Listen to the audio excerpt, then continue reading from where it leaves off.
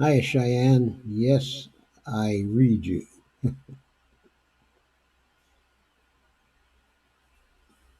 I read you earlier.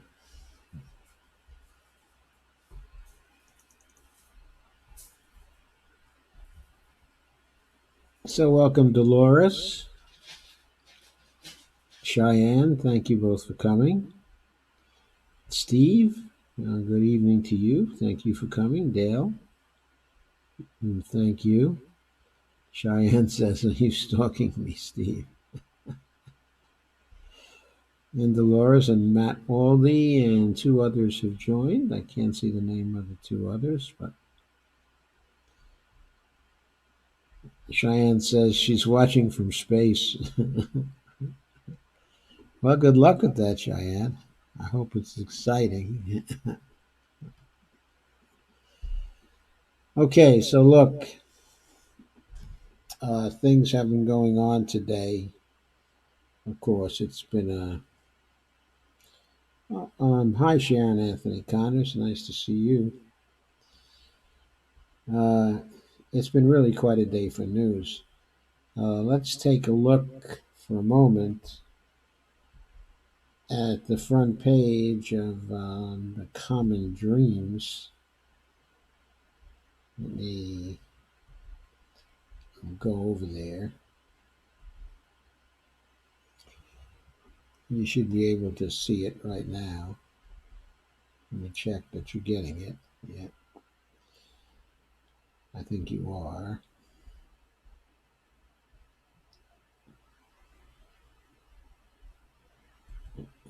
So let me just show you a smattering of the headlines from today.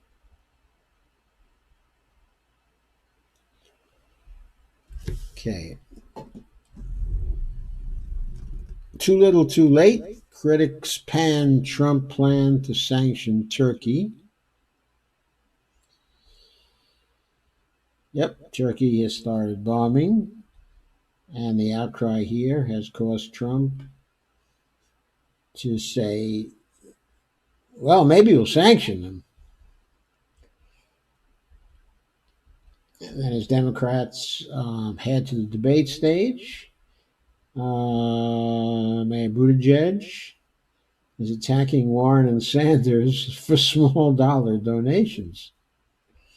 I don't know what that's about. I haven't even read that yet, but on the surface of it sounds very silly. Citing moral duty to take action, over 700 scientists endorse mass civil disobedience to fight the climate crisis. It seems to me that is really pretty important. We won't have a chance to cover it, okay, at present, but 700 scientists endorsing and engaging in mass civil disobedience to fight the climate crisis. Yes, I think things are really heating up there. And doctors are demanding Trump close inherently immoral immigrant detention centers ahead of mass protests on Capitol Hill that they're planning. So now the doctors are getting involved in direct action.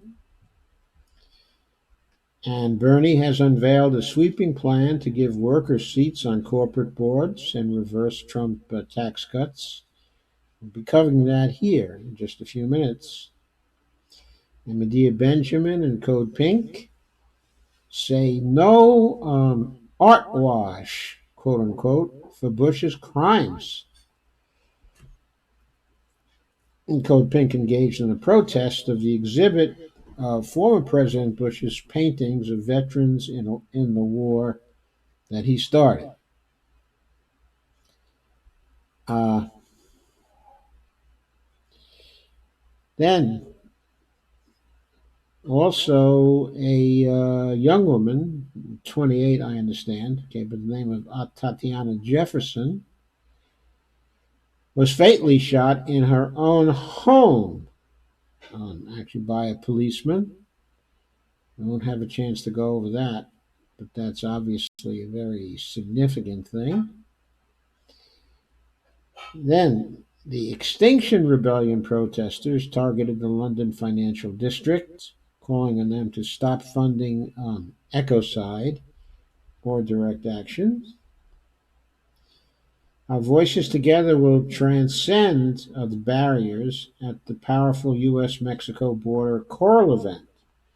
Participants sing the Beatles. Violent, dangerous, quote unquote, an edited video showing Trump gunning down media and political opponents, showing during conference at the president's resort. Really nice, huh? The model of violence himself. Newest Nobel Economics praise for experimental research into poverty and their work's real world impact. Well, we're not going to cover that, but obviously that is very serious. It's a very serious occurrence, very important occurrence. In victory for the people's movement, Ecuador protests the end, or the protests, in Ecuador have ended with the capitulation of the government on fuel subsidies.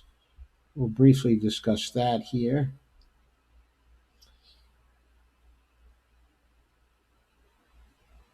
And the majority of Democrats in early voting states think Donald Trump should be in prison, not the Oval Office. Poll shows. Pretty serious. And guess what? Not much of a surprise. The Kurds have struck a deal with the Syrian government to battle Turkey's offensive after Trump has ordered the evacuation of the remaining U.S. troops.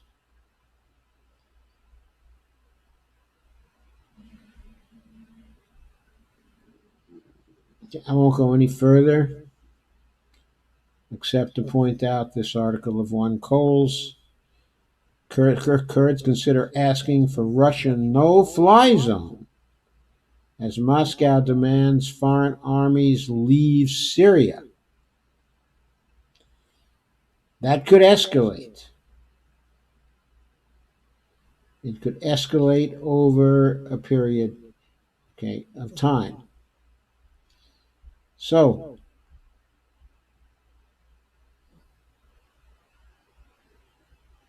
that is an explosion of news today in one single day. Things storing up and scattering our attention all over the place.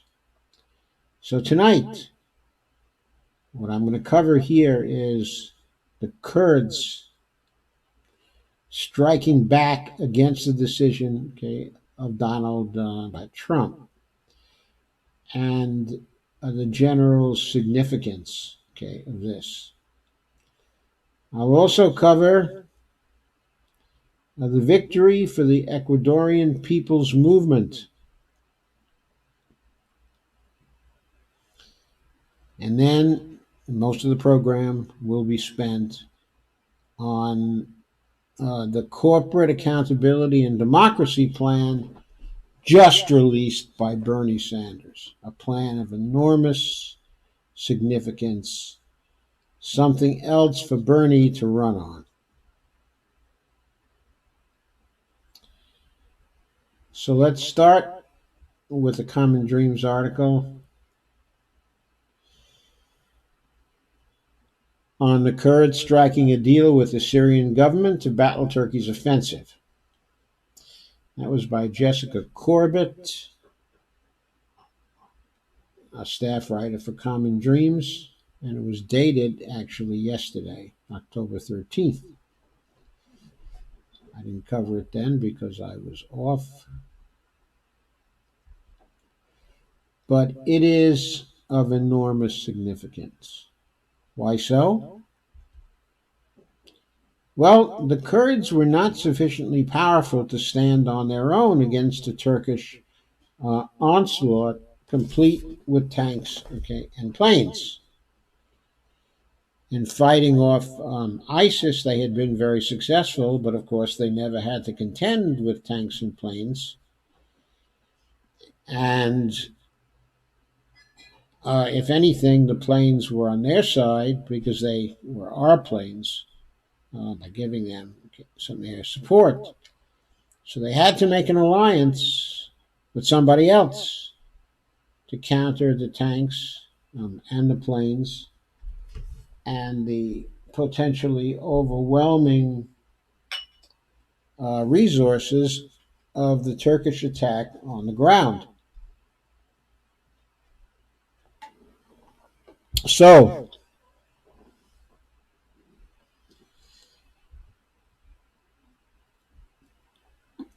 Syrian protesters marched in the northern town of Hasaka on October 12th against the Turkish offensive on Kurdish-led towns. Oh, that's from a photo. I'll briefly show you the photo.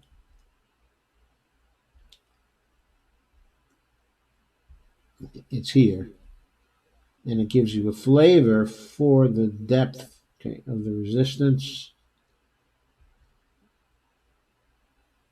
And the banner reads, the north and east of Syria will become a cemetery, okay, for Erdogan and Daesh, referring to the Turkish leader and the Islamic State. So let's get back to the main body of the article. So Kurdish forces announced on Sunday that Syria has agreed to deploy troops to battle an ongoing Turkish offensive against the Kurds, after U.S. Defense Secretary Mark Esper confirmed that President Donald Trump ordered the withdrawal of the remaining 1,000 American troops in the region. Well, in a video tonight on YouTube, there was a report actually by Ben Norton, okay, and the gray zone of contacts on the ground, okay, in that region, that the American troops have not completely withdrawn from the whole region, but they have retreated to an American base, which provides a basis for the Americans to patrol the border, from which the Kurds and the Turks could possibly come into conflict in relation both to Iraq and to from Syria into Turkey, I guess. So the point being, the American troops are out of the way, but as far as is known right now,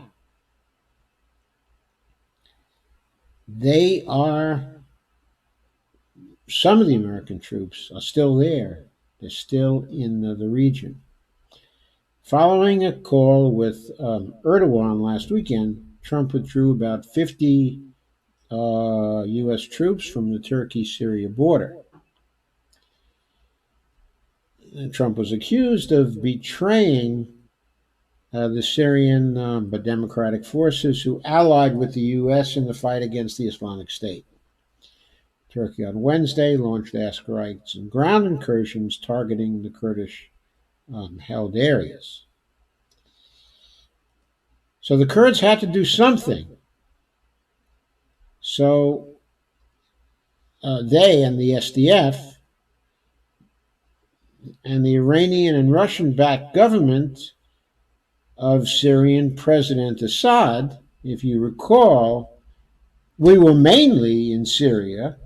One of the primary reasons why we were in Syria was to intervene in the civil war there and the war with ISIS there, to try to use that war as leverage to depose Assad.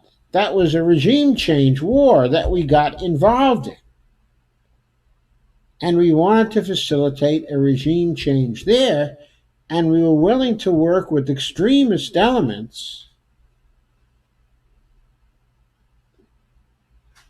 like elements of ISIS itself, and also the remnants of Al Qaeda in Syria, uh, in order to try to overthrow Assad. And we used the Kurds to help us to prevent Assad from gaining full control of Syria once again, and to help with the fight against ISIS. The Kurdish led administration in northern Syria said, though, the Syrian army would deploy along the entire length of the border as part of the agreement. So we drove the Kurds, Trump drove the Kurds right back into the arms of Assad. And the Kurds are no longer opposing Assad. There's some deal between those forces. So the Syrian army is now coming in, is free to come in, and is being greeted in a friendly fashion by the population, by the Kurds, and by the SDF. And the mission is to assist the SDF in countering, quote, this aggression and liberating the areas that the Turkish army and the mercenaries, okay, had entered. The move also, quote, paves the way to liberate the rest of the Syrian cities occupied by the Turkish army, such as Afrin, unquote. I'm quoting from a statement by the SDF. Turkish forces and pro-Turkey Syrian rebels forced Kurdish fighters from Afrin back in 2018 after a 2-month operation.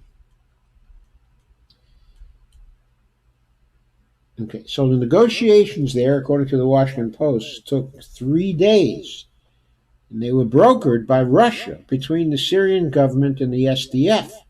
So Russia has again intervened in Syria.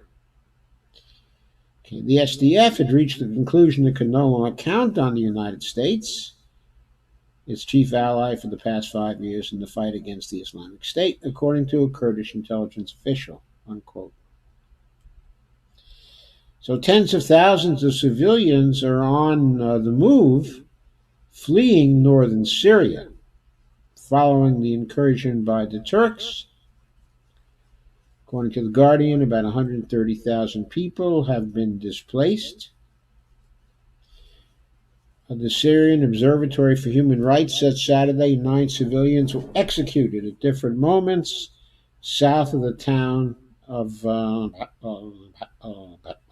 Tal Abyad, quote, I should say, unquote, by pro-Turkey forces participating in the offensive. Among those killed was 35-year-old Hevrin Bakalov, a female Kurdish political leader, was taken out of her car during a Turkish-backed attack and executed by Turkish-backed mercenary factions, unquote, according to a statement from the political arm of the SDF. This is clear evidence that the Turkish state is continuing its criminal policy towards unarmed civilians. Anyway, there's been a reaction across the globe, okay, against the Turks and in sympathy with the Kurds.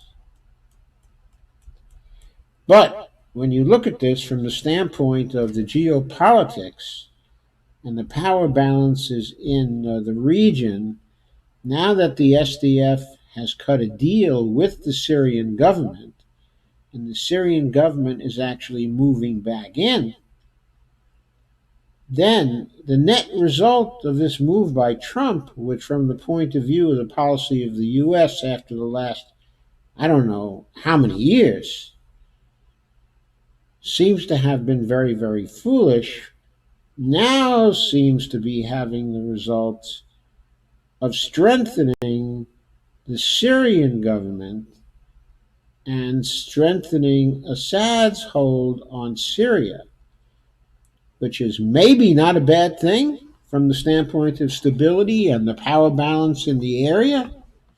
It may serve to stabilize the area, and it might have been the thing that we should have sought in the first place there, but it's not happening due to our intentions. It's happening as an almost inevitable consequence of the actions of Trump. Because after he ceased to back the Kurds, where were the Kurds going to go? They had only one place to go in order to defend themselves or get help in defending themselves against the Turks, and that was to Assad. And they did that. They did that. Now, I don't know if the Israelis like that. I don't think that was the Israeli intention. I don't know what the Israelis thought of the invasion by the Turks. I'm sure on the one hand, they maybe liked it because they thought it would result in the further balkanization, of Syria, which is something the Israelis would like to see over the long pull. But on the other hand, it's drove the Kurds, who have gotten a lot of favorable press and moral support, from the Israelis. It's drove the Kurds into the arms, of Assad. And that alliance could be a long one if Assad grants them autonomy in the Kurdish area, of Syria.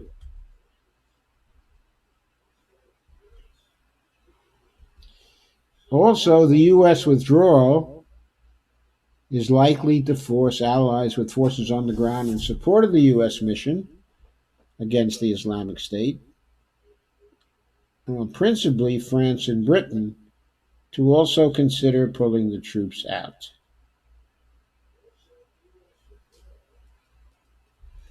Hang on a second, please.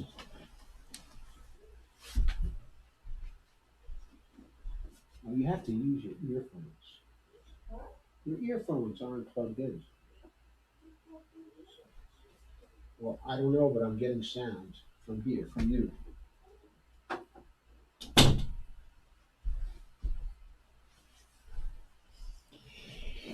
Sorry, I think there was an echo coming from Bonnie's computer. So I asked her to silence that. So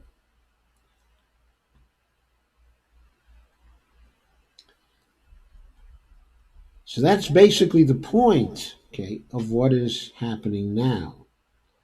Other than the continuing slaughter, that's going on, there's now an alliance between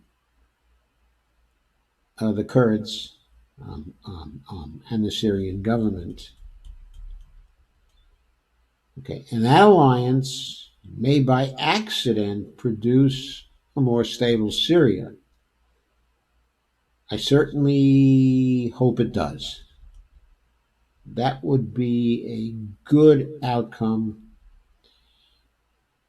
It would result in the reduction of the loss of life. However, there is another side to this, and that is that the 11,000 ISIS fighters who were imprisoned by the Kurds have, based on information provided by Ben Norton and the Gray Zone, begun to escape their prisons because the Kurdish guards had to go back home to defend their families. So the ISIS fighters are escaping. There's a tweet from Charlie Savage in this article saying, here is an updated explainer about the Kurds' prisons for 11,000 ISIS fighters, including highest value terrorists.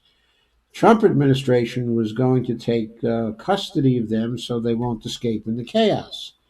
Except it didn't take custody of them. I understand that at most they got only 2 out of the 5 dozen highest value terrorists. So they've escaped, and a lot of the ISIS prisoners, and perhaps all of them, have escaped now. And so basically, what has Trump accomplished in Syria?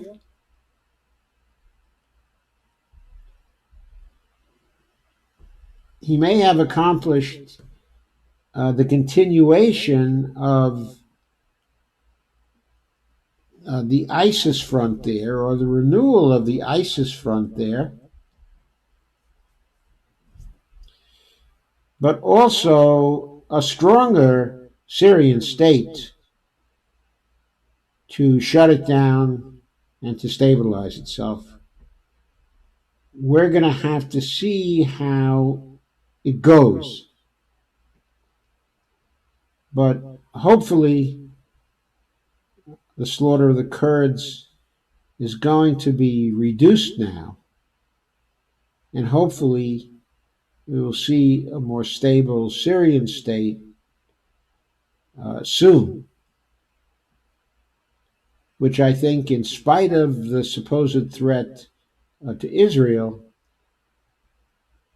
is by and large probably a good result for the area. It is not always the case that it's a bad thing for adversaries of ours in a particular area to grow stronger, because that may result, may have the effect of actually resulting in a negotiation that in the end is better for all sides. So that's all I have to say about the Syrian situation right now. I now move to Ecuador fairly quickly. I won't spend a lot of time on this, just to point out what the current state is.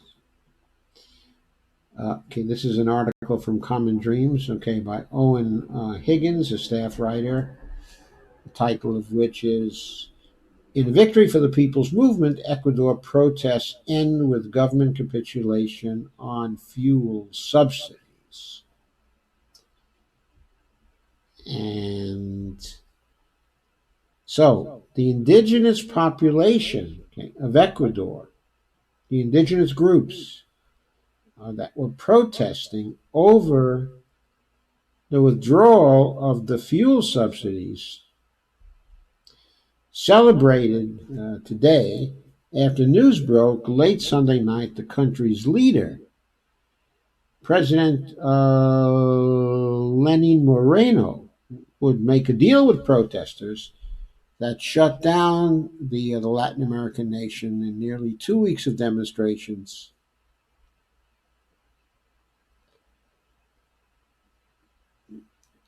When he agreed to scrap a controversial austerity package. I'm so happy I don't know what to say, quote unquote, said indigenous protester Rosa Montenegro. I don't have words. I'm so emotional. At least God touched the president's heart. I'm sure more than God, it was the shutting down of the economy, of Ecuador, that touched his neoliberal heart. Anyway, he signed the Directive 883, restoring the subsidies, on Sunday evening.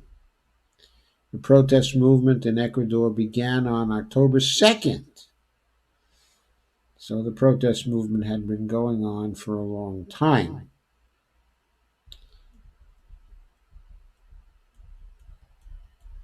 So it looks like it will be possible for Mr. Moreno to come back to Quito, the capital, okay, of Ecuador, which he fled from on October 8th.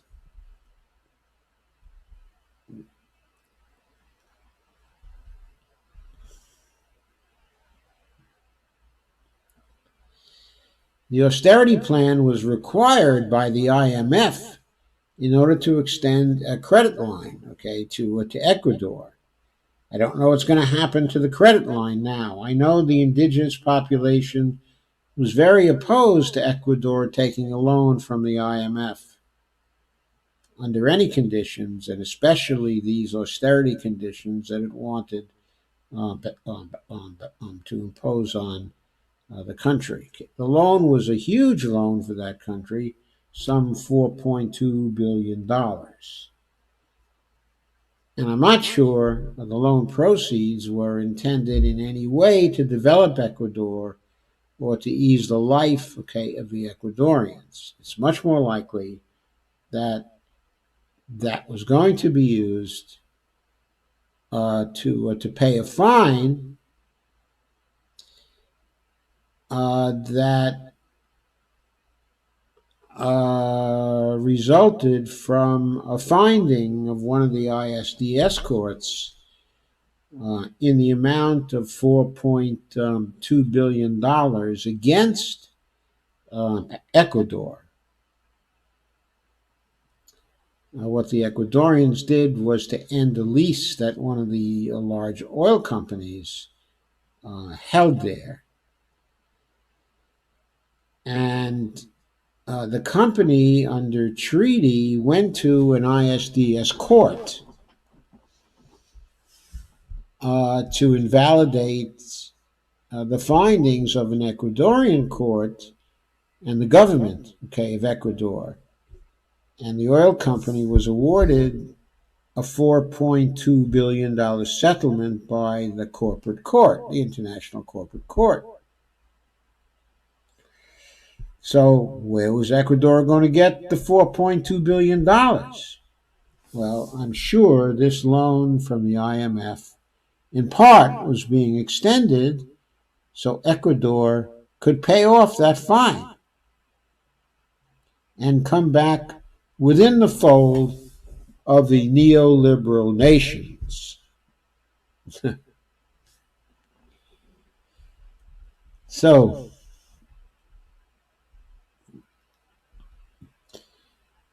a video of the celebrations of indigenous protesters spread across social media on Monday, but anti-war advocacy group Code Pink urged caution from those who were celebrating the cessation in the hostilities.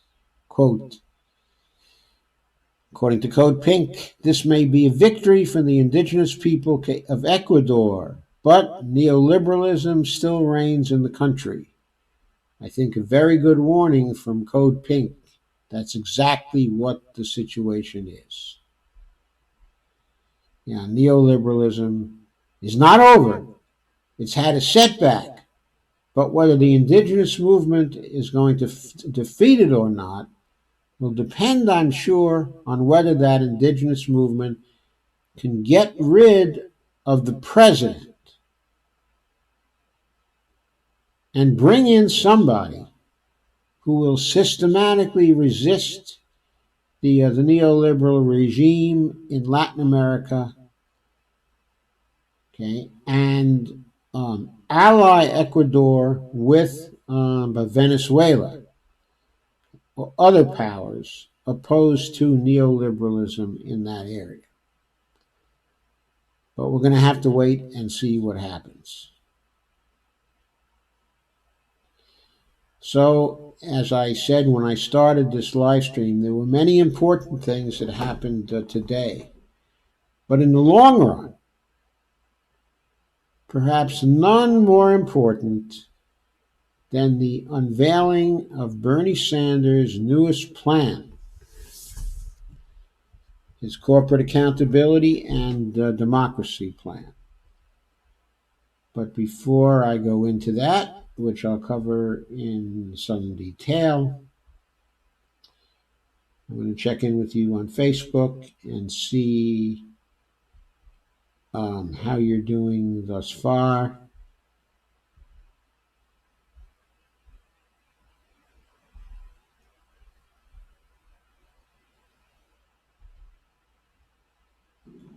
So,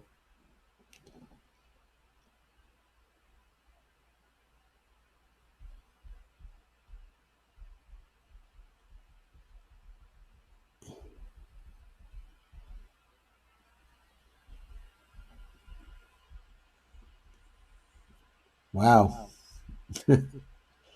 Thank you for being so active. Sharon Anthony says, Evening Joe. Greg Mallett says, I'm playing a Sean Spicer and watching him from the bushes.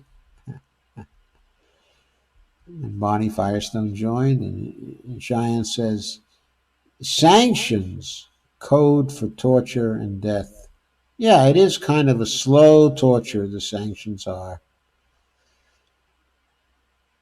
And they're punishing. The economic sanctions of the United States and some of these countries are absolutely punishing.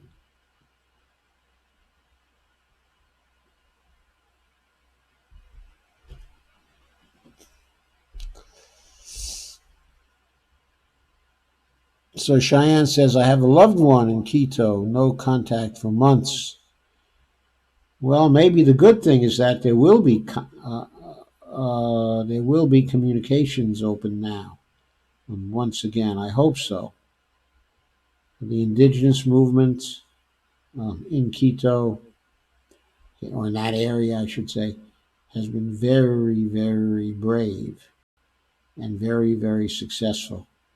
But I think it needs to go further. Cheyenne says, Kurdistan, thumbs up. Cheyenne says, get the hell out of other countries. I couldn't agree more. At least get the hell out of a lot of countries that we're in. Dale Weaver's joined. Gigi Schaumburg has joined. Jim Bird has joined. Hi, everybody. Hope you're having a good night. We're having a really good night here. Steve Campbell joined, and Lana Dell has joined again. Cheyenne says, my heart is breaking for the Kurds. Mine too. So many Kurd warriors are women because the men have been killed already, but also because the women are brave and because the men and the women in Kurdistan are increasingly equal. Greg Mallett says the Turkish government should be charged with war crimes. Absolutely, it should be. But of course, the United States government should also be charged with war crimes. And they've been going on for years, and that hasn't happened. And Saudi Arabia needs to be charged with war crimes also. There are a lot of war criminals out there. I wonder what Bernie's going to do about that in the end. Cheyenne says, Spain has joined the Turks as if they don't have enough blood on their hands. Sandra. Amy says, wait till the balkanization of the U.S. And Sandra Amy, who is actually Sandy Shellis, says,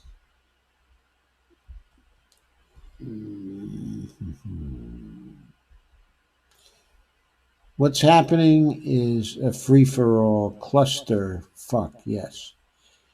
And Sandra says, thanks for this calm discussion. I'm sick over this. Jeff Ginter has joined. Hi, Jeff. And Sandra and Cheyenne says, me too, to Sandra. And Brian Neil Rosser has joined. Thank you, Brian. And Sandra says, learning from you is so relaxing. Thank you, Sandy. I appreciate that. I don't always mean to be so relaxing, only some of the time. But I think now that the Kurds have made a deal with Assad, that They will cut down on their casualties. They'll still have them, and they're still going to be fighting, okay, with the Turks, but at least they'll have some backup now, and they'll have a chance to survive.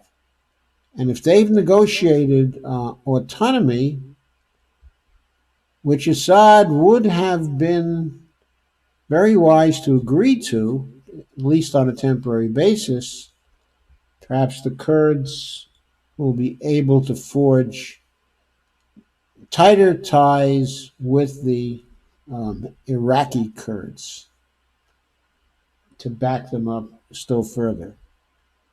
Uh, that would be very, very good.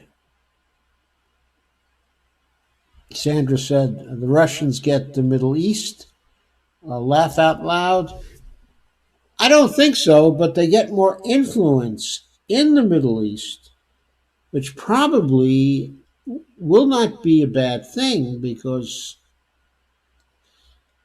there'll be someone for the United States to negotiate with.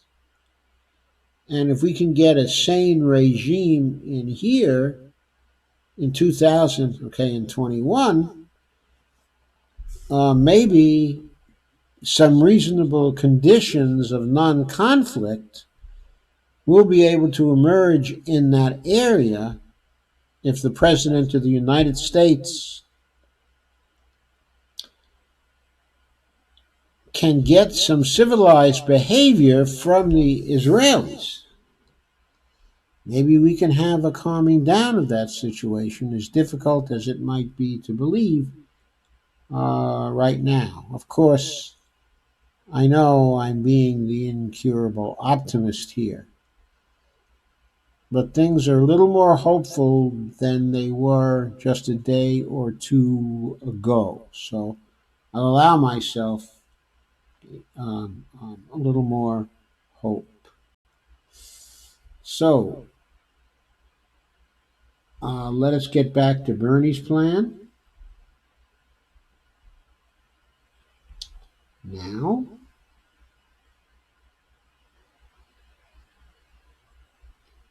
okay, your view should be about switching right now.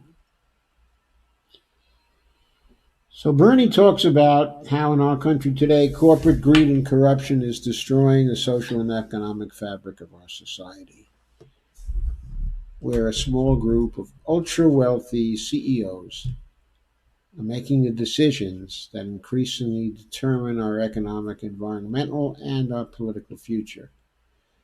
For too long, these greedy corporate CEOs have rigged the tax code, killed competition in the market, and crushed the lives and power of workers and communities across America.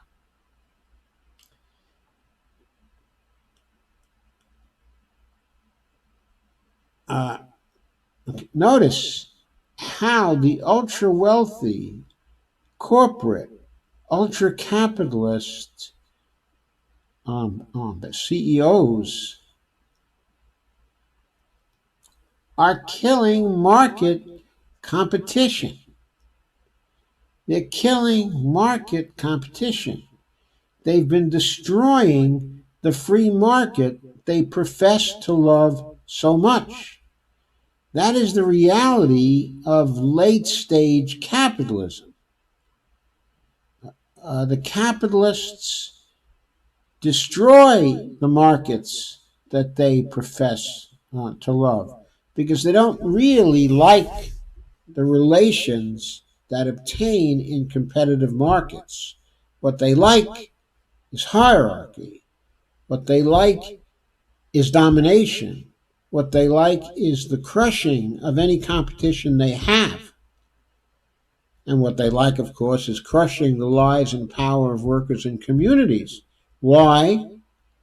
Because they want those workers and communities to be completely dependent on them so they can be free to constitute a new aristocracy within a plutocracy that they've been creating. This is the real road to serfdom. It's not Hayek's road. Hayek's road to serfdom was always a myth. The real road to serfdom is through extreme concentration of private companies, killing markets, killing competition, killing decentralization, and creating a new aristocracy where their inherited wealth can easily be handed off to their children. That's what we've been seeing here in America. We've been seeing it take shape before our eyes with a complete disconnect of the elites from the rest of the people in the economy. We've been seeing the development of a total lack of empathy, okay, with other Americans, where their high level loyalties are to their multinational corporations and not to the United States itself.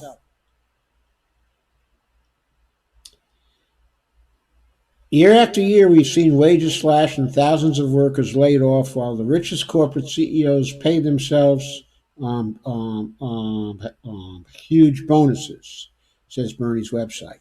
They got away with it through a broken campaign finance system where a few large campaign donations can get you the ear of any politician.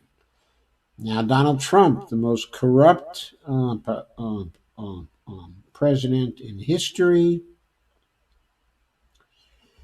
has brought this corporate corruption straight into the Oval Office. Enough is enough, Bernie says. With Bernie's corporate accountability and democracy plan, we'll give workers an ownership stake in the companies they work for, break up corrupt corporate mergers, and also monopolies, and finally make corporations pay their fair share. When Bernie's president, we're going to put an end to the corporate greed ruining our country once and for all. How are we going to do that? Number one, give workers an ownership stake in corporate America. Today, the richest 10% of Americans own an estimated 97% of all capital income, including capital gains, corporate dividends, and interest payments. Since the 2008 Wall Street crash, 49% of all new income generated in America has gone to the top 1%. The three wealthiest people in our country now own more wealth than the bottom 160 million Americans. And the richest family in America, the Walton family, which inherited about half of Walmart stock, is worth $200 billion and owns more wealth than the bottom 42% of the American people.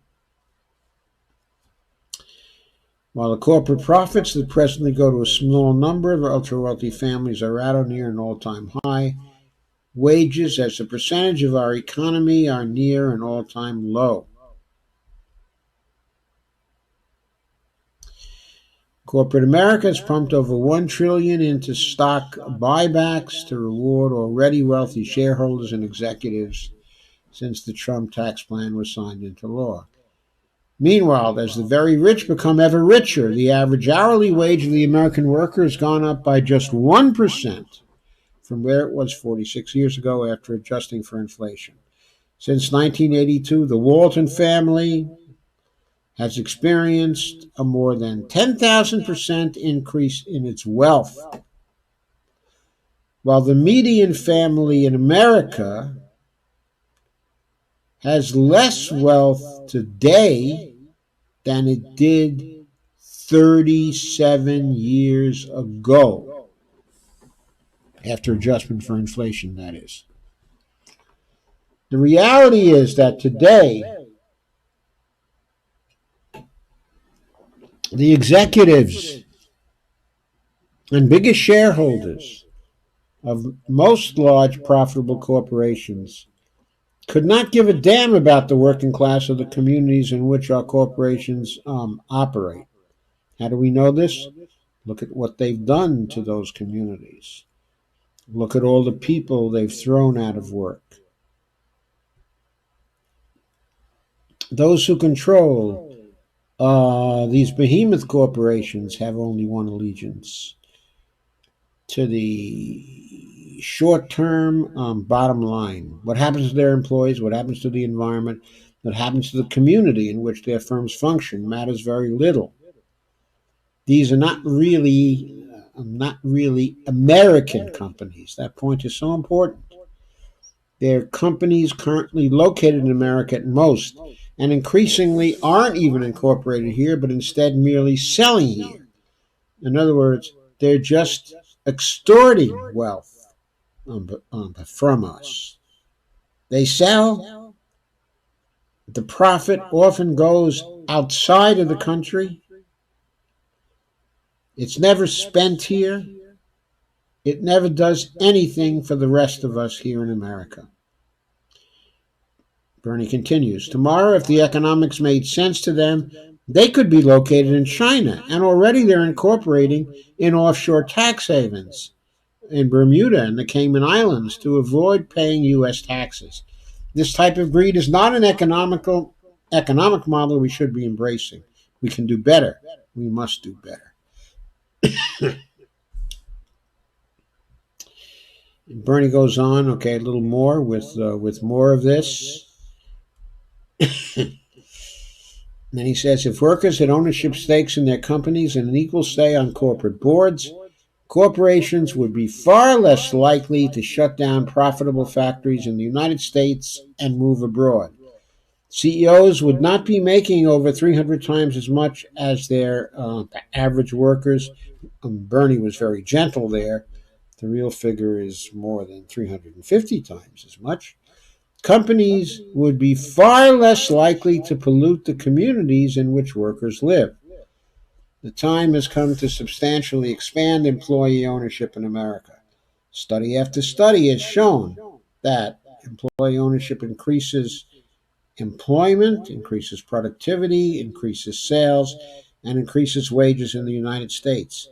This is in large part because employee-owned businesses boost employee morale, dedication, creativity, and productivity, because workers share in profits and have more control over their own work lives. Employees in worker-owned companies are not simply cogs in a machine owned by someone else. They play a central role in determining what the company does and how it is run. By giving workers seats on corporate boards and a stake in their companies, Bernie says, we can create an economy that works for all of us, not just the 1%. Not only are we going to make it much easier to join a union and much harder to misclassify workers through the Workplace Democracy Act and increase the minimum wage to $15 an hour. With this proposal, we're going to fundamentally shift the wealth of the economy back into the hands of those who create it. Well, not with the proposal, but with the program that implements the proposal, which will happen if we elect Bernie president of the United States. As president, Bernie will share corporate wealth with workers. Under this plan, corporations with at least $100 million in annual revenue, corporations with at least $100 million in balance sheet total, and all publicly traded companies, whether they have $100 million annual revenue or not, will be required to provide at least 2% of stock to their workers every year until the company is at least 20% owned by employees. This will be done through the issuing of new shares and the establishment of democratic employee ownership funds. These funds will be under the control of a board of trustees directly elected by the workforce. Employees will be guaranteed payments from the funds equivalent to their shares of ownership as equal partners in the funds. Workers will be guaranteed the right to vote the shares given to them through this plan. The funds will enjoy the same voting rights as any other institutional shareholder, and their shares will not be permitted to be transferred or sold. Instead, they will be held permanently in trust for the workforce. The dividend payments will be made from the funds directly to employees. According to the most recent statistics, 56 million workers in over 22,000 companies in America would benefit under this plan.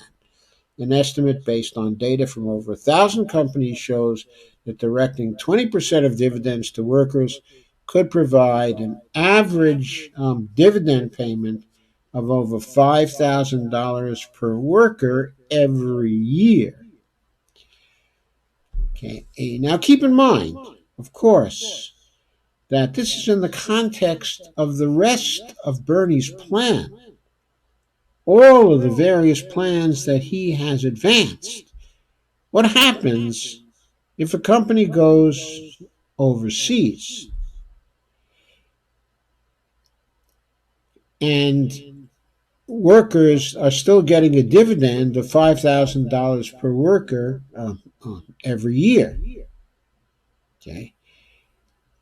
And what also happens, okay, let's assume that the same workers who no longer have jobs have to work on a transition job here in the United States at roughly $15 an hour.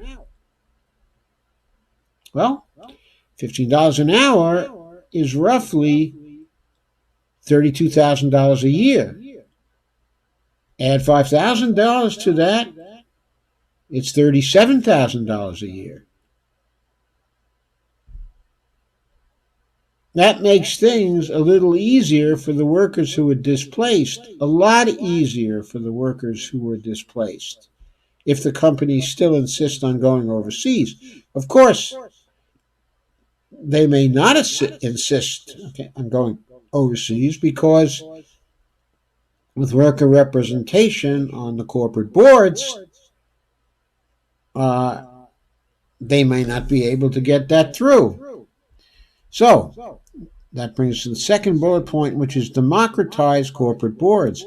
Under this plan, 45% of the board of directors in any large corporation with at least $100 million in annual revenue, corporations with at least $100 million in balance sheet total, and all publicly traded companies will be directly elected by the firm's workers. Every startup that goes public will have to have 40% of the board of directors. Facebook will have to have 40% of the board of directors coming from the workers in the firm. And all publicly traded companies will be directly elected by the firm's workers, similar to what happens under, quote, employee co-determination in Germany, which long has had one of the most productive and successful economies in the world, and one of the economies that's fairest to workers as well. Sub-bullet point, when workers have a seat at the table, Bernie says, when they're involved in the decision-making that impacts their jobs and their work at the desk or on the shop floor, the results are clear. Absenteeism goes down, productivity goes up, and people stay at their jobs for longer periods of time. When workers are respected on the job as full human beings who help to make decisions for a profitable company, rather than being mere cogs in the machine, then morale goes up, and workers who sit on corporate boards will not vote to pay themselves poverty wages or ship their own jobs to low-wage countries to further enrich overpaid CEOs and a few wealthy stockholders. Absolutely, that's far less likely to happen. Next bullet point, require federal stakeholder charters for large companies. Under this plan, U.S. corporations with more than $100 million in annual revenue, corporations with at least $100 million in balance sheet total, and all publicly traded companies, that's a mantra in this, must obtain a federal charter from a newly established Bureau of Corporate Governance at the Department of Commerce. This new federal charter will require corporate boards to consider the interests of all of the stakeholders in a company, including workers, customers, shareholders, and the communities in which the corporation operates. In October of 1981, the Business Roundtable, a group comprising CEOs of most of the largest corporations in the country, issued a statement on corporate responsibility. Those were the days when the idea of corporate social responsibility was popular. As journalist Ken Jacobson documents, quote, the Business Roundtable, which groups the CEOs of the largest U.S. firms, by recognizing six constituencies: customers, employees, communities, society at large, suppliers, and shareholders, as forming the, quote, web of complex, often competing relationships within which corporations operate. Those were the advanced views that some U.S. corporations held in 1981, the first year of Ronald Reagan's presidency, I might add. It accepts the idea that, quote, shareholders have a special relationship to the corporation, but does not allow their interests to trump all others, unquote. And then there's an excerpt from the Business Roundtable statement in 1981, which I'm not going to read. This statement was rewritten, however, in 1997 when the Business Roundtable, Business Roundtable adopted a statement that put shareholder returns ahead of everyone else.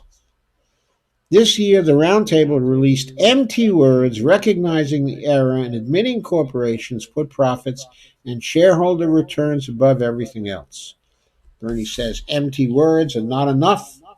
This plan will ensure that corporations conduct business in a fair way, a way that treats workers and communities in which businesses operate with respect. In order to conduct business, a federal charter that ends the practice of putting shareholder returns above everything and requires corporations to conduct business in a way that takes into account the interests of all stakeholders must be obtained. So, in other words, if corporations want to operate freely, okay, in our nation, presumably in interstate commerce, they will not only have to have a state charter, they will have to have a federal charter. And they will not get a federal charter, except for one that ends the practice of putting shareholder returns above everything else. That's going to be a requirement under Bernie. And that is tremendous. Such a federal charter might include rules corporations would have to follow in political activity also. If corporations wanted a federal charter, they would, under such a law, perhaps have to constrain their political activity according to certain rules.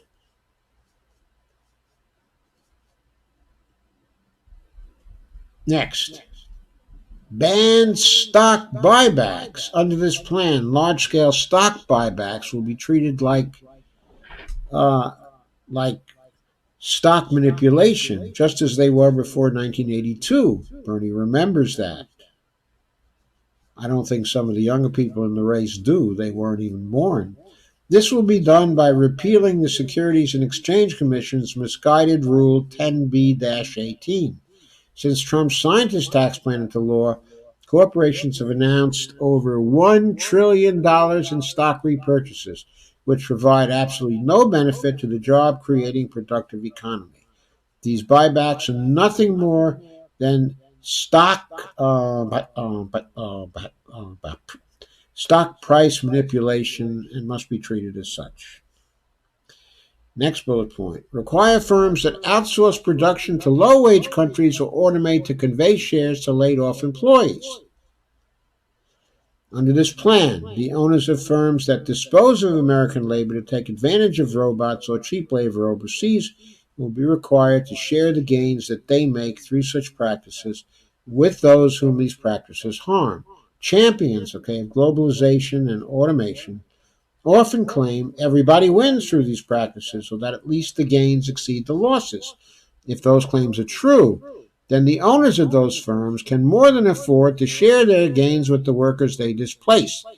It is time to enable the owners of outsourcing and automating firms literally to put their money, quote unquote, that is their ownership shares, quote, where their mouths are, unquote.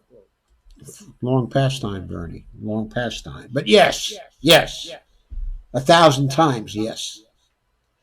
Establish a U.S. employee ownership bank. Under this plan, a $500 million U.S. employee ownership bank will be created to provide low interest loans, loan guarantees, and technical assistance to workers who want to pursue their own businesses through the establishment of employee stock ownership plans, ESOPs, okay, or eligible worker owned cooperatives,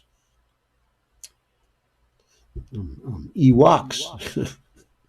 In order to be eligible for assistance under this plan, the ESOPs or worker co-ops would need to be at least 51% owned by workers.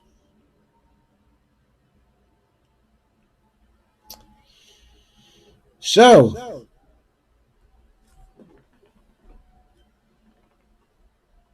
I don't know if 500 million is enough to establish such a bank,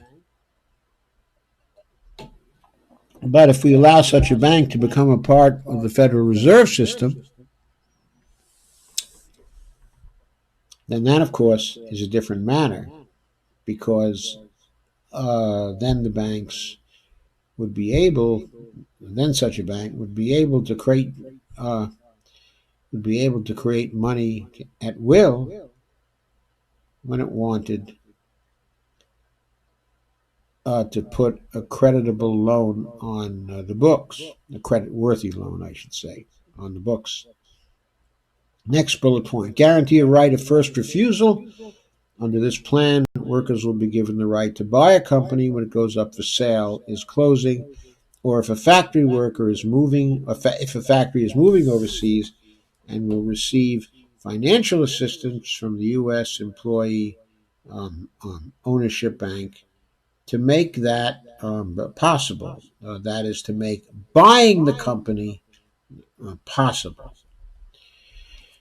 Next, create worker ownership centers. Under this plan, worker ownership centers modeled after successful programs in Ohio and Vermont will be established in every state and regional center in the country. These centers will educate retiring business owners and workers about the benefits of employee ownership. It has been estimated that with education and financial assistance from the federal government, between 150,000 to 300,000 retiring owners of small to mid-sized businesses could sell their companies to their workers. Next bullet point. Diversify corporations. Under this plan, we will develop rules to diversify corporate boards by ensuring a significant portion of every board be comprised of people from historically underrepresented groups, e.g., marginalized by gender, race, ethnicity, religion, disability, or sexuality, unquote. And we will require every corporation to complete an annual report that gives the compensation, gender, and racial composition of board and employees. What a great thing. Huh? Then shareholder democracy. Today in the United States, a tiny group of asset managers control most of the votes in the economy. I'll skip over, okay, a good part of that, but to skip to the last sentence. Under 50 people control the votes in the American economy. In other words, control the votes governing how the assets will be managed of the 500 largest corporations. These asset managers oppose labor unions and fair wages. They support escalating pay for billionaire CEOs. They oppose action to end discrimination at work and stop the gender pay gap. They oppose meaningful action to combat climate change. They oppose an end to corporate political spending and billionaires buying elections under the disastrous Citizens United decision. The voting power asset managers control comes from other people's money. It does not belong to them. It belongs to us. It comes from Americans saving for retirement in group and single employer pension plans, in 401ks, in life insurance, and in mutual funds. But the share of workers' capital in the stock market has been shrinking since the 1980s. Inequality has skyrocketed as workplace democracy and collective bargaining have been attacked. This has meant a smaller slice of the pie for American labor and a growing slice for Wall Street. We need to rebalance the share of income and wealth in favor of labor. We need to give America a pay raise. We need to expand democracy in the workplace and the economy. As president, Bernie will, first bullet point, end the monopoly of shareholders on voting rights in the American economy. Every employee should be guaranteed the right to vote at work and have a choice in setting their pay, regardless of the kind or size of company or firm they work for. Ban asset managers voting on other people's money unless they are following instructions, just like we banned broker dealer voting in the Dodd-Frank Act. Guarantee the right of every saver to elect representatives who set voting policy for corporations in multi-employer pensions, single employer pensions, in 401k forms, and every other form. Organize sectoral pension plans with more bargaining power that can ditch Wall Street asset managers and take voting in-house as we revitalize sectoral collective bargaining. Next, break up the monopolies and make markets competitive. After some description of what the current situation is, the current horrible situation,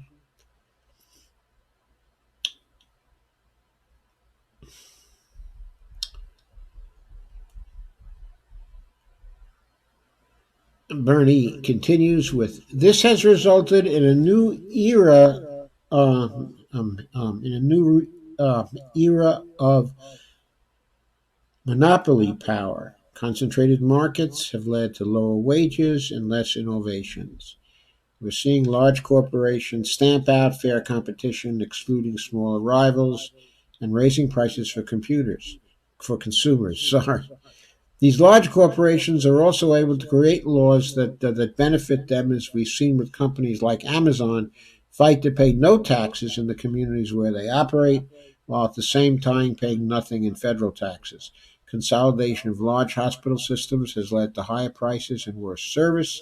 In agribusiness, Bayer controls a seed monopoly that crushes small farmers, and Tyson Foods locked powerless chicken farmers into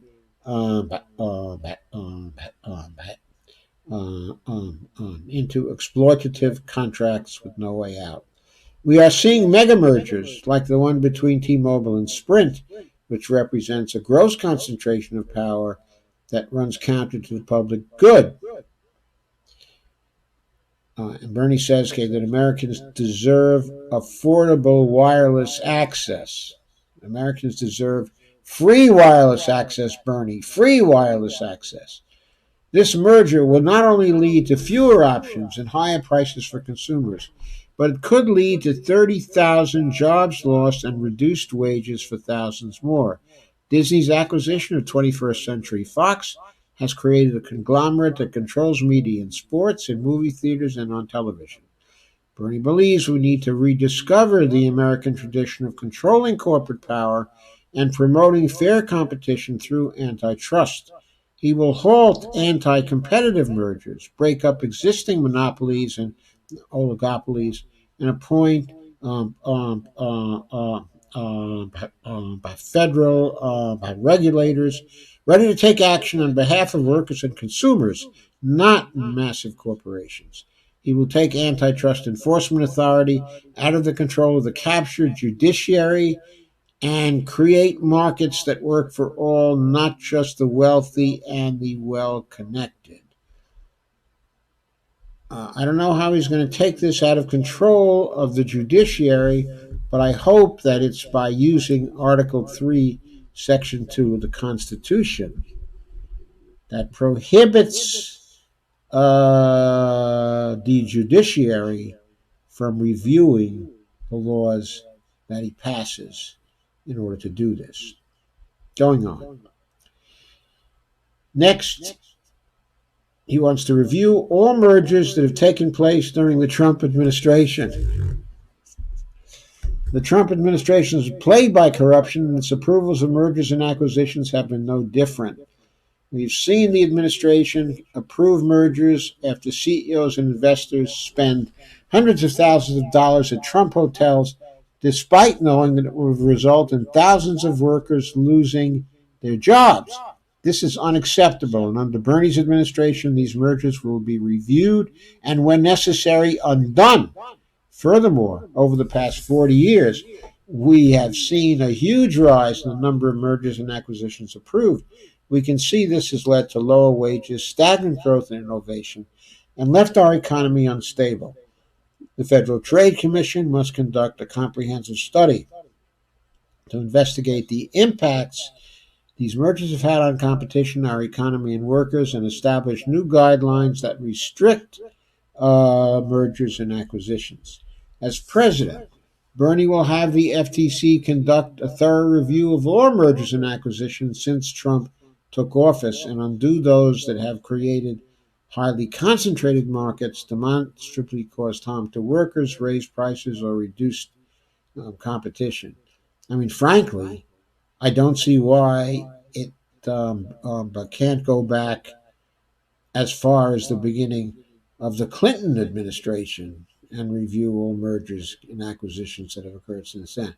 Perhaps it would be too hard to undo the very serious and rapid mergers and acquisitions that occurred during the Clinton administration, during the Bush administration, and during the Obama period. I suppose one can only go back so far, but at least this should be considered. Have the FTC conduct a review of all mergers and acquisitions here, that is, from the past 40 years, to set up new guidelines for approval that will have a special focus on economic security, job security, and competition. This report will also take a special look at behavioral data that companies collect and the relationship that information has with price discrimination. In the Bernie Sanders administration, the FTC will break up corporations that have accumulated dominant market share and are able to wield their market power in anti-competitive ways. Next, Bernie's going to reinvigorate the Federal Trade Commission. He says it's failed in its mission. He says antitrust enforcement has fallen to almost none in recent years. Indeed, it has. It has. It used to be very vigorous, even as late as the Bush administration. It was the first Bush administration. It was sometimes vigorous. But under the Clinton, the first Bush, the Obama, and the Trump administration, the FTC has shown deference to the largest, most powerful corporations instead of fighting for workers and consumers. When the FTC settled with Facebook for $5 billion over egregious privacy violations, Facebook stock rose because investors knew it was just a slap on the wrist. Similarly, the FTC's recent settlement with YouTube over child privacy violations amounts to just 3 months of ad revenue, even as it is handled by the monopolists with kid gloves. It has attacked the organizing efforts of workers and professionals, including in the gig economy. The FTC has lost its credibility as a regulatory agency. A Sanders FTC will be reinvigorated, Bernie will appoint commissioners who serve the public interest and will end the revolving door of FTC commissioners and staff leaving to work for the very same corporations they were previously in charge of regulating. All too often, decisions about mergers and acquisitions are determined by judges and not by experts in the regulation business, and have to go through a complicated legal system to be overturned. This is not how other nations approach their mergers and acquisitions.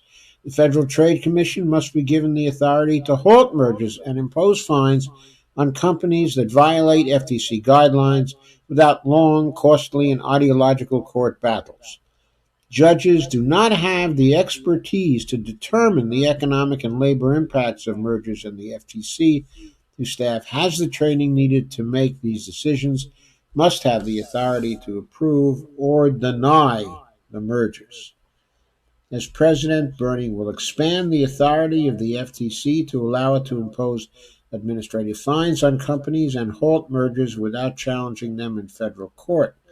Expand the authority of the FTC to review the non-coordinated effects of mergers by different entities in the same market or closely related markets. Okay. Also, a sub-bullet point here: produce an annual report on the impacts of mergers across markets or closely related markets. He will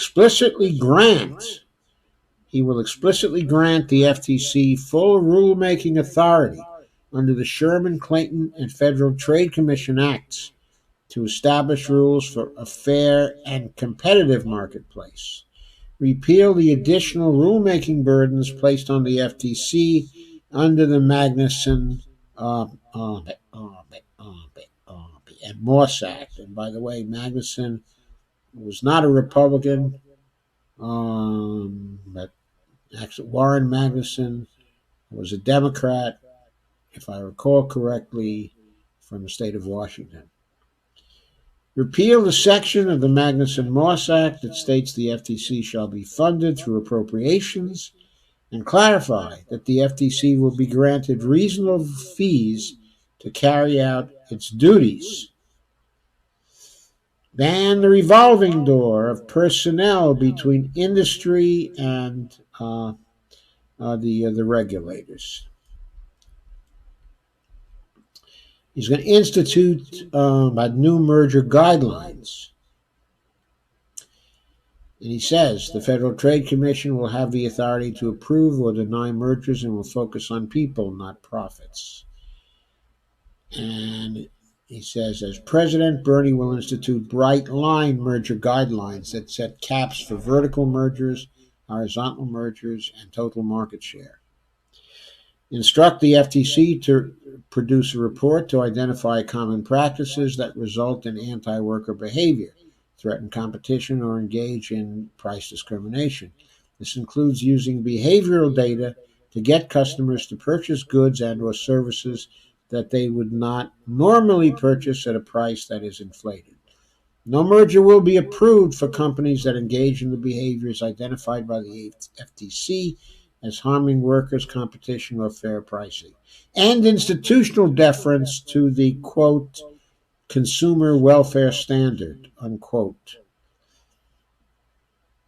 Place a moratorium on mergers and vertical integration of large agribusiness corporations. Next, in Bernie's platform for corporate accountability and democracy, ensure fair contracts. Corporations and employers have an unprecedented amount of power over workers, consumers, and suppliers. While corporations will argue that a signed contract is freely agreed to, in reality, there's often no choice but to agree to the terms set by these corporate overlords. Corporations use contracts to rob us of fundamental rights, such as the right to leave for a better job, and hold corporate wrongdoers accountable in court. An estimated 1 in 5 workers is bound by a non-compete agreement, ostensibly to protect trade secrets, and prevent poaching of high-level executives. Today, maids, hairstylists, and fast food workers are subject to these clauses. An estimated 60% of major franchises have non compete clauses in their contracts, which drive down wages and mobility. Mandatory arbitration clauses stop workers and consumers from having their day in court. In 1992, roughly 2% of the workforce were bound by mandatory arbitration. By 2000, that number had risen to 25%. Now it's 55%. Nearly two-thirds of workers making less than $13 an hour are subject to mandatory arbitration clauses, including majorities of women, Hispanic, and African American workers. For consumers, mandatory arbitration takes away the option for class action lawsuits and helps corporations avoid paying restitution for misconduct and fraud. The Supreme Court has empowered corporations to use arbitration to deny us our day in court in front of a jury of our peers. This is really a powerful program. Even understanding and signing a contract is no defense when the contract includes a unilateral modification clause, which stipulates the terms can be changed at any time for any reason. Consumers, customers, and workers are subject to governance of hundreds of pages of fine print developed by highly paid lawyers for the purpose of shielding corporations and cementing their market power. Yes, yes, absolutely yes. The Federal Trade Commission will use its authority to prohibit unfair methods of competition and ban practices that tilt the playing field. As president, Bernie will ban mandatory arbitration clauses, ban non compete clauses, ban unilateral modification clauses. What will the credit card companies do? Ban clauses that deny farmers and consumers the right to repair the equipment and technology they purchase. Instruct the FTC to develop guidelines for anti competitive exclusivity agreements and ban practices that lock suppliers into unfair arrangements. Next, make large corporations pay their fair share of taxes. Oh, Lordy. Working together, a Bernie Sanders administration will end a rigged tax code and political system that allows large corporations to shift their profits to Cayman Islands, to avoid paying American taxes, and to ship jobs to China and other low-wage countries to avoid paying American wages. If we are serious about reforming the tax code and rebuilding the middle class, we have got to demand that the most profitable corporations pay their fair share in taxes. Next, he wants to end corporate tax avoidance. He says one of the biggest outrages in the tax code today is that many of the largest corporations in the world are able to make billions in profits and pay nothing in U.S. corporate income taxes. In fact, many of them receive millions in tax refunds. Between 2017 and 2018, Amazon, owned by the wealthiest person in the world, made $16.2 billion in profits. But not only did Amazon pay nothing in federal income taxes over those 2 years, it received a tax refund of $270 million from the IRS. And Amazon was not alone. As a result of the Trump tax giveaway to the rich, the number of large profitable corporations paying no federal income taxes doubled last year. In fact, in 2018, 60 profitable Fortune 500 companies not only paid zero in federal income tax, they received a net corporate tax rebate of $4.3 billion. Corporate tax avoidance did not begin with the Trump tax cut, but it certainly made a bad situation far worse.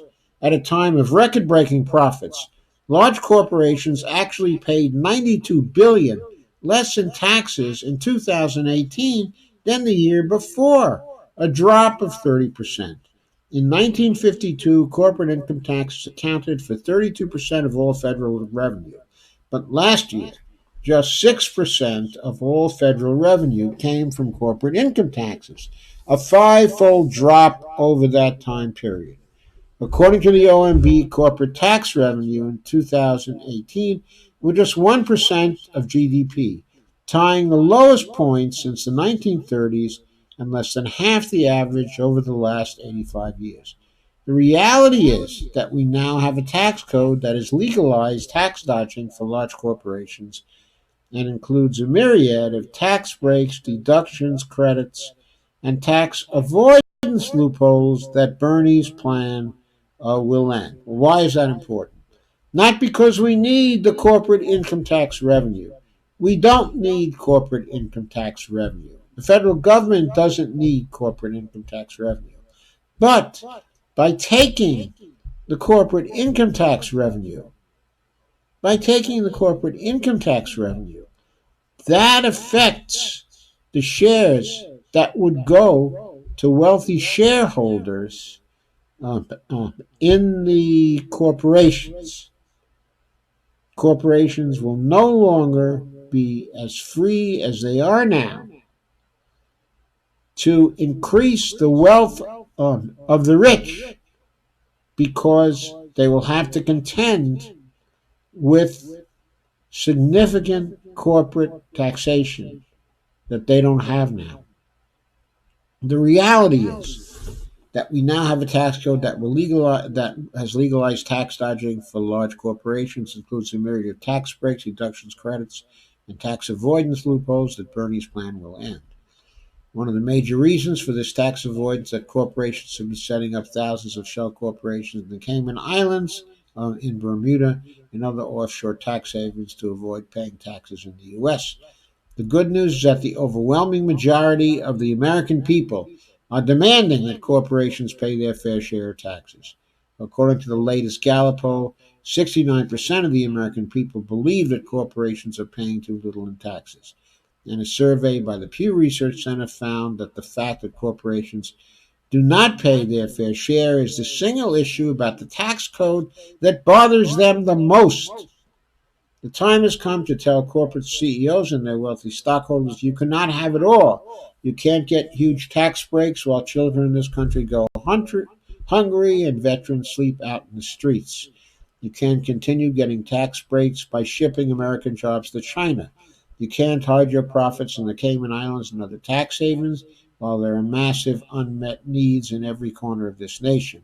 Your greed has got to end. You cannot take advantage of all the benefits of America if you refuse to accept your responsibilities as Americans. As Americans. I'm reminded of that speech by Ted Kennedy, I believe it was in 2009, when he addressed the corporate CEOs and asked, how much, how much do you want from these workers? How much will satisfy your greed, or words to that effect. Those are not exact quotes. That was one of the last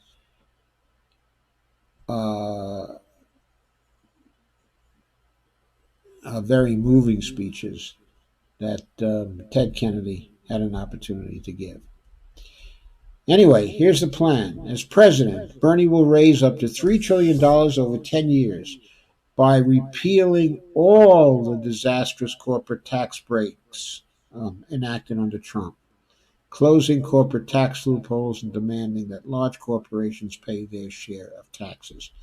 Of this revenue, $2 trillion will be used to help fund Bernie's Green New Deal to combat climate change, rebuild our crumbling infrastructure to make it more climate resilient, and create millions of good paying union jobs in the process. The result will be used to create an economy that works for all of us, not just the top 1%. Of course, throughout the statement of the plan, what Bernie is doing is he's giving lip service to the old view that the money collected in tax revenues is what is used to fund the federal spending.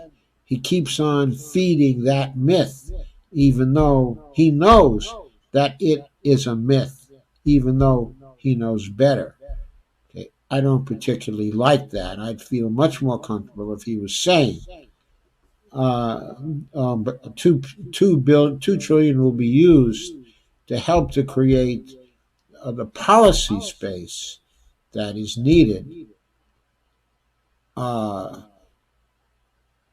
to pass Bernie's Green New Deal to combat climate change. Because what tax revenues do is they withdraw money from the economy so that the space is there for the Federal Reserve to create new money in the Treasury spending account that can be spent on the new programs.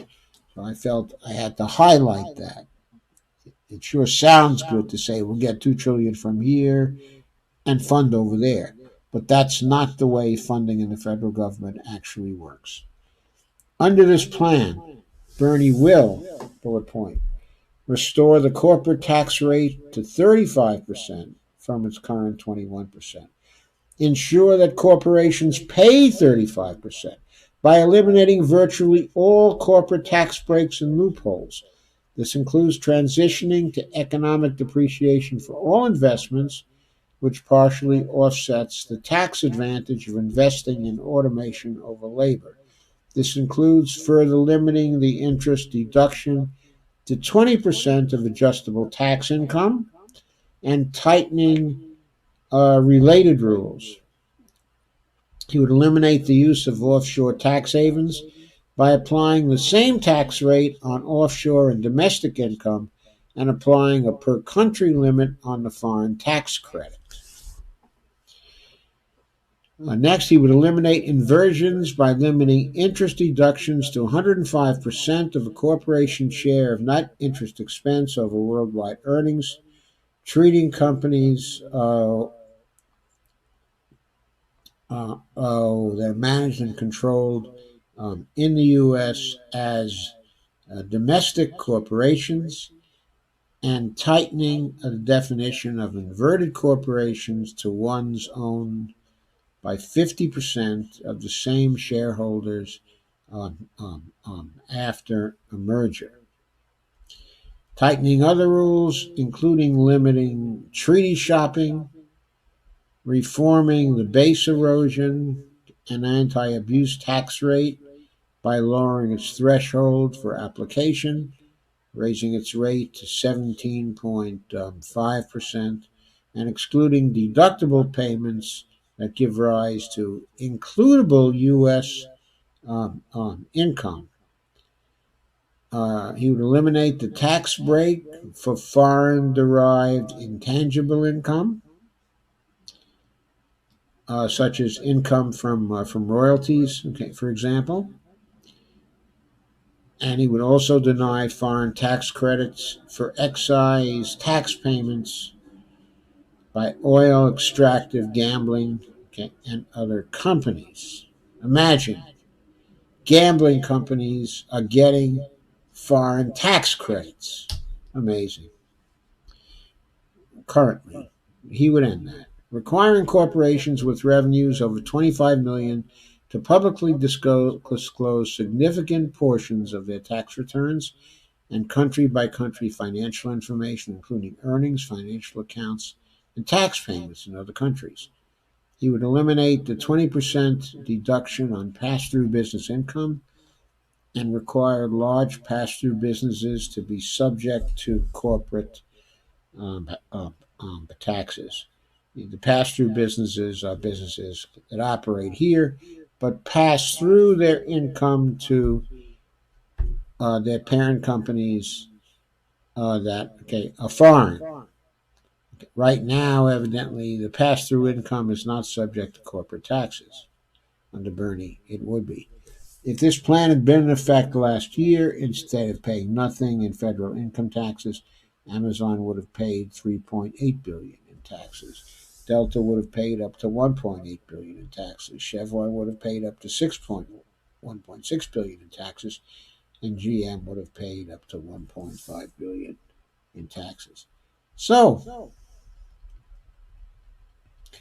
okay, you can see from that, if you've been patient and you stayed for the whole thing, you can see how this would have a revolutionary effect on our big businesses here, and how it would level the playing field with the rest of the economy and create a much more fertile situation for cooperative businesses and employee owned businesses to develop.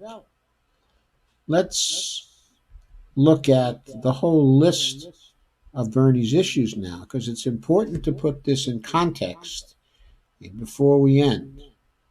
Remember, the Medicare for All plan, the Green New Deal plan, the College for All plan, the Workplace Democracy plan, encouraging unionization of the corporations and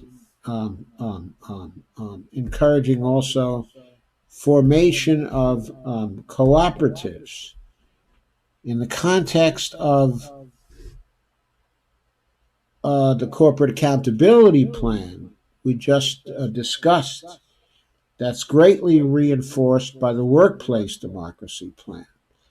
Also, getting corporate money out of politics is extremely important, because if we do that, then if the workplace democracy plan is passed and the corporate accountability plan, okay, is passed,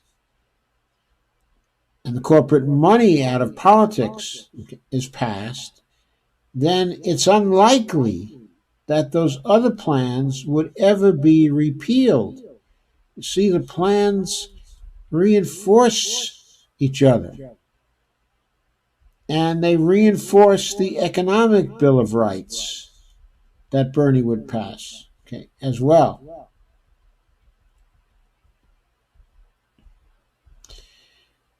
The tax on extreme wealth also strengthens the corporate accountability plan, okay, as well, because it means that the extremely wealthy will have far less money to put into political campaigns to repeal the other plans, which, as soon as they're passed, they certainly will try to end them. So, his different plans reinforce each other. The income inequality tax plan also is a reinforcing plan. The plan to revitalize the rural areas, okay, of America are also supported by the corporate accountability plan, because those corporations that remain in the rural areas would be stopped from easily leaving.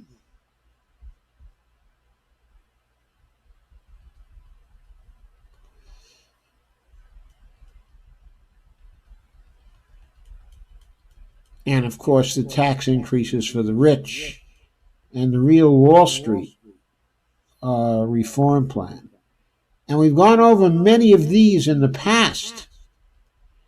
And you can see that they all create, okay, an architecture for economic democracy, one that's also reinforced by the Fair Trade Plan. So all these work together to form the foundation for a new society. And when you put all of them together, you can see that the whole agenda is much more radical and much more transformative than the agenda of any other candidate that we have seen thus far, certainly on the Democratic side. So, I wanted to emphasize that, okay, to end. And now I'd like to turn to your comments before I finish for the night.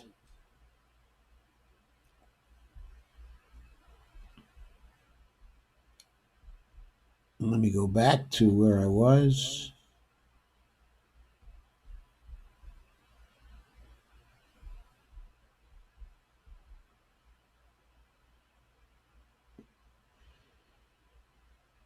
So Sandy says, makes sense, Joe. And Cheyenne says, Bernie Tulsi 2020. I'm still waiting for Tulsi to put forward the Medicare for All plan she has promised. I don't think it's out yet. Jimmy Sunderland has joined. Sharon Anthony Connor says what they want is communism for and by the 1%. I'm afraid that's true. And Devora has joined. I guess I have to get rid of the complexity of this. Hang on a second. It won't take me long to make this easier to read, more relaxing here. Should be happening any second now that I'll get this infinity of windows off my system. There it is. Just me.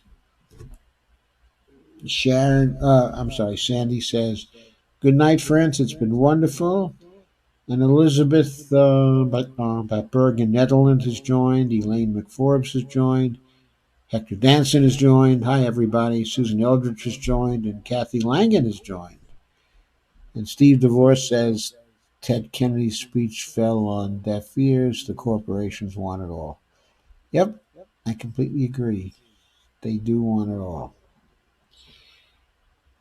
Okay, so what do you think of Bernie's plan? I think this new plan is wonderful.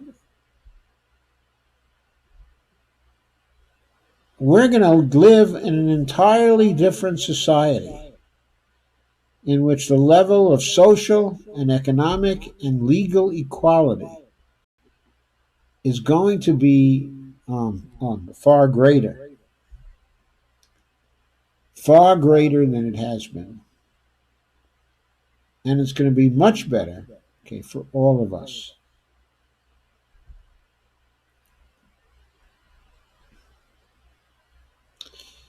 Any final comments?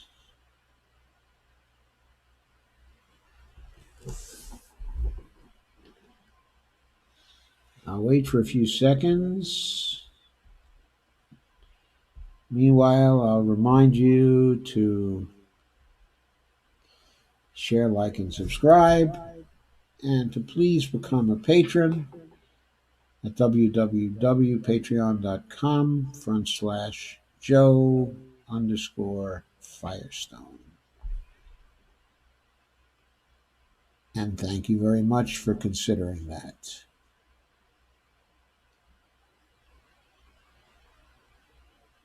So, I'm back.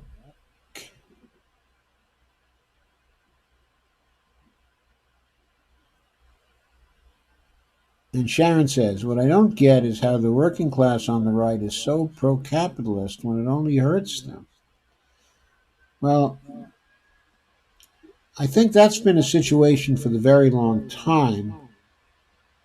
And the reason why it happens, hang on a second, I've just noticed that I forgot to turn off an overhead light here.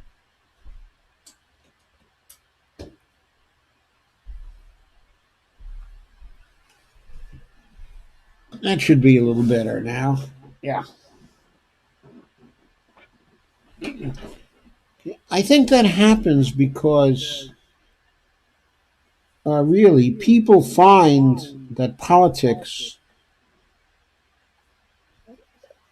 takes a great deal of effort to keep up with. And there are so many conflicting statements and arguments, okay, that are getting made. So much to listen to, so much to understand, so much in relation to the ins and outs. For those of us who have been involved in educating people about the new school, okay, of macroeconomics, specifically the MMT school, uh, it's been hard to communicate that approach to people because if they've had a smattering of economics in school and they find that MMT completely contradicts what they learned in school, it's threatening to people who have had some amount, okay, of backgrounds, some background, okay, in economics. Kathy Langan says Bernie's plan is a breath of fresh air, and Sharon Anthony Connor says they have been so brainwashed into supporting the 1% to their detriment.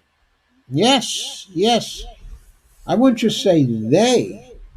We can almost say we, because a majority of us have certainly been brainwashed into supporting politicians who have been doing what the 1% has wanted for so very long, for decades. For decades, our political system was transformed, okay, from what it had been. And now we have to transform it back in a situation where the mass media and where the major propaganda organs are in a tight alliance with the 1%. Look at the attacks on Bernie. I'm sure most of you have seen the recent video by Matt Orfalia,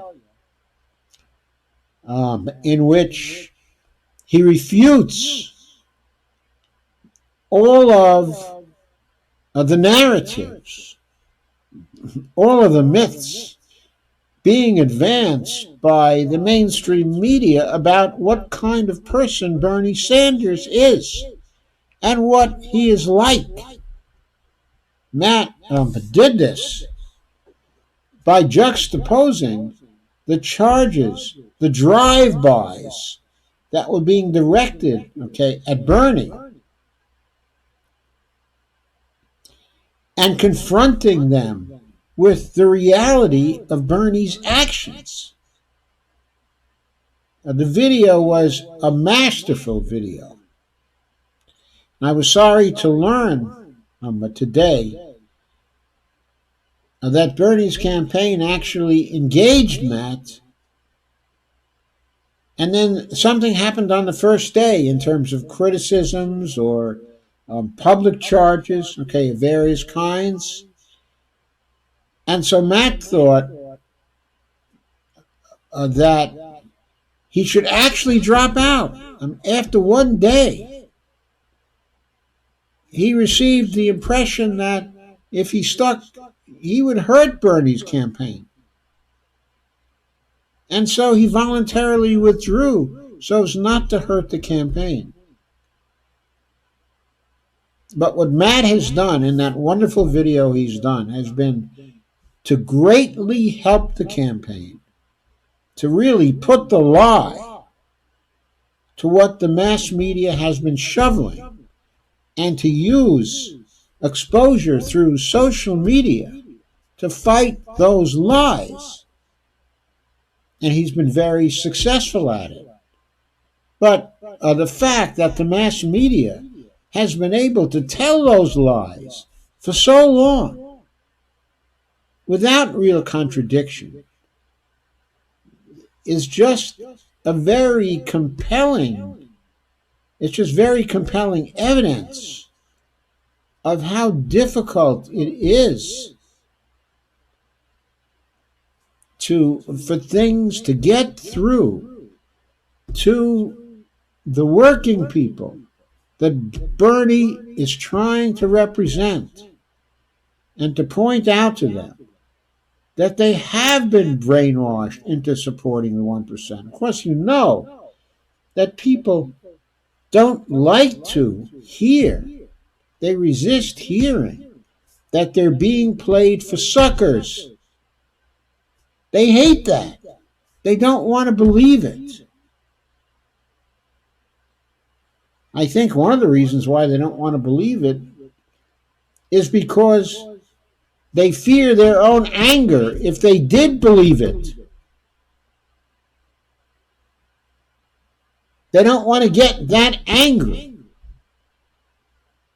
Instead, they get angry at the messengers who tell them what the truth is.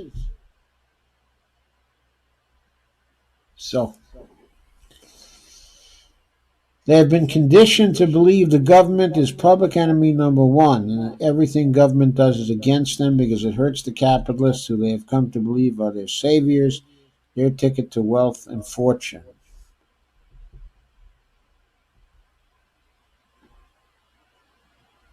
Their values are based on greed and selfishness. The reality is 99% of them will never attain wealth. How do they not realize the 1% has always been just that and always will remain just that? No, Sharon, no. They won't always remain just that. That's exactly what we're trying to change. You're not giving up now, are you? You're not giving up on us, are you? I hope not, because this movement is still going forward, and we're still going to win. And I still think that Bernie has a very, very good shot to win.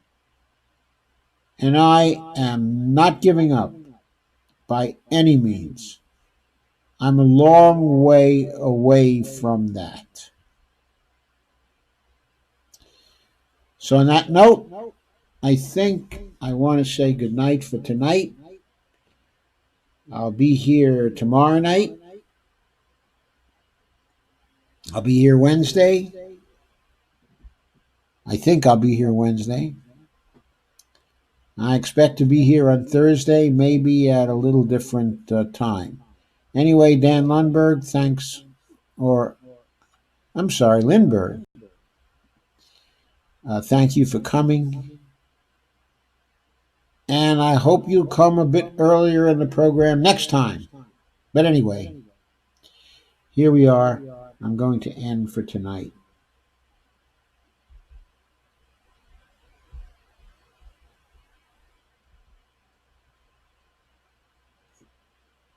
And thank you all for coming.